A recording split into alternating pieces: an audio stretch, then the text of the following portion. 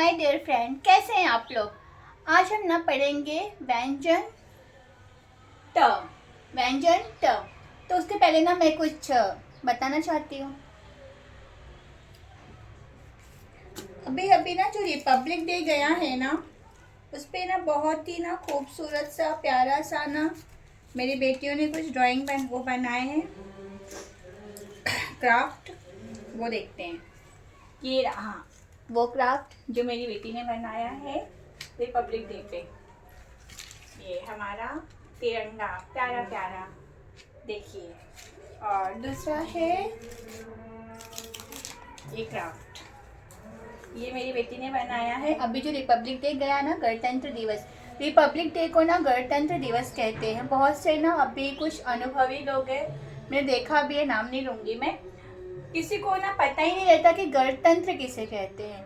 तो गणतंत्र दिवस जो है वो रिपब्लिक डे, ये देखिए उस पर मेरी बेटियों ने बनाया है ये प्यारा क्राफ्ट।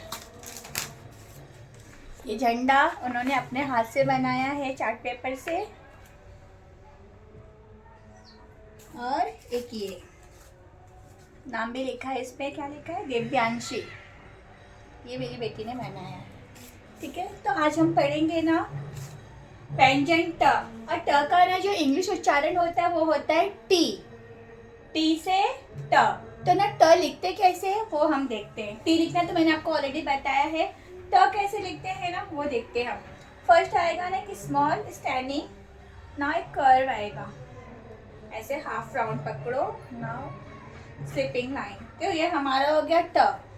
ठीक है, देखिए स्टैंडिंग लिखना सीखिए। हाँ, ऐसे किया, हाफ कर्व, अर्ध गोला, आधा गोला बनाया, वो हो गया हमारा ट। मैं फिर से लिख रही हूँ, ध्यान दीजिए। एक्चुअली ना अब ये ना बहुत छोटे हो गए हैं, मतलब ना बहुत ही स्मॉल, बहुत इजी। छोटा है नहीं, मेरे कहने का मतलब है कि बहुत इजी है। तो ये ना बहुत आसानी से ना आप लोग को आ जाएगा, क्योंकि ना अभी भी ना हमारे देश में बहुत से लोग हैं ना जिनको ना लिखना नहीं आता, पढ़ना नहीं आता। और इसमें कोई शर्म की बात नहीं है, क्योंकि ना कभी कभी कंडीशन ऐसा हो जाता है, हमारा घर परिवार समाज ऐसा रहता है ना कि हम उस समय ना पढ़ नहीं पाते। लेकिन कहते हैं ना कि सीखने की उम्र नहीं होती। तो जब भी आपको मौका मिले तब आप रील स्क्रॉल से अच्छा है पढ़ाई कीजिए। देखिए स्टैंडिंग हल्का सा ना, यहाँ है ना ऐसा घुमाव करेंगे, कैसे घुमाव, घुमा ऐसे ऊपर।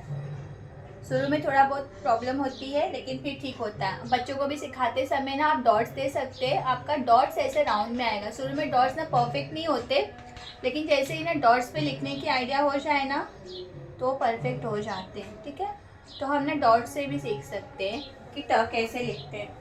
वो होता है डॉट्स में ना हल्का फुल्का टेढ़ा मेढ़ा होता है, फिर आ जाता है। देखिए कैसे लिख रही हूँ लास्ट टाइम।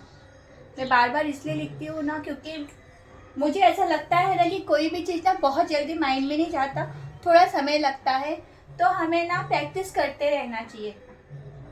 कहते हैं ना कि समुद्र मंथन में सबसे पहले क्या निकला था, विष। अगर उस विष से ना सब भाग गए होते कि अरे विष निकल गया, क्या है, हो सकता है समुद्र में से विष ही विष हो, तो ना, लेकिन नहीं, उनको विश्वास था कि विष के बाद ना अमृत जरूर निकलेगा। वैसे ही ना हमेशा हमें ना जब कार्य में बाधा हो या असफलता हो तो हमें ना कोशिश छोड़नी नहीं चाहिए, कंटिन्यू करनी चाहिए। क्योंकि ना जैसे समुद्र मंथन में ना विष के बाद अमृत निकला था, वैसे ही ना हर एक कार्य में ना जब आप स्टार्ट करोगे तो आपको सबसे पहले विष ही मिलेगा। समुद्र मंथन आपको यही सिखाता है कि हर काम की शुरुआत में विष ही निकलता है और अमृत हमेशा लास्ट में ही निकलता है। जब उस समय देवताओं के समय ऐसा होता था, तो हम तो इंसान है ना, तो हमारे भी जब कार्य में बाधा असफलता आए ना, तो हमें यही सोचना चाहिए कि ये वही विषय समुद्र मंथन का 100% इसमें अमृत छुपा हुआ है। देख लीजिए, एक बार और करवा दूँ। Standing, now curve. ओके, ये हो गया हमारा ट। क्या हो गया, ट। ठीक है, ये ट और ट का ना इंग्लिश उच्चारण टी होता है। तो मैं आपको ना बाद में जब नाम लिखना सिखाऊंगी या जो हिंदी के शब्द है उनको अंग्रेजी में करना सिखाऊंगी कि कैसे होता है, तो ये बहुत काम आता है। तो प्लीज़ इसको ना याद कर लीजिएगा।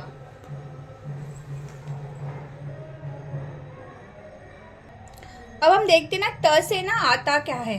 तो ट से आता है हमारा टेलीविज़न, ट से आता है टेलीफोन, ट से टमाटर, ट से टब, ट से टिंडा जो एक प्रकार की सब्जी होती है, ट से टोकरी जिसमें हम सब्जी रखते हैं, ट से टंकी जिसमें हम पानी भरते हैं, और ट से टहनी।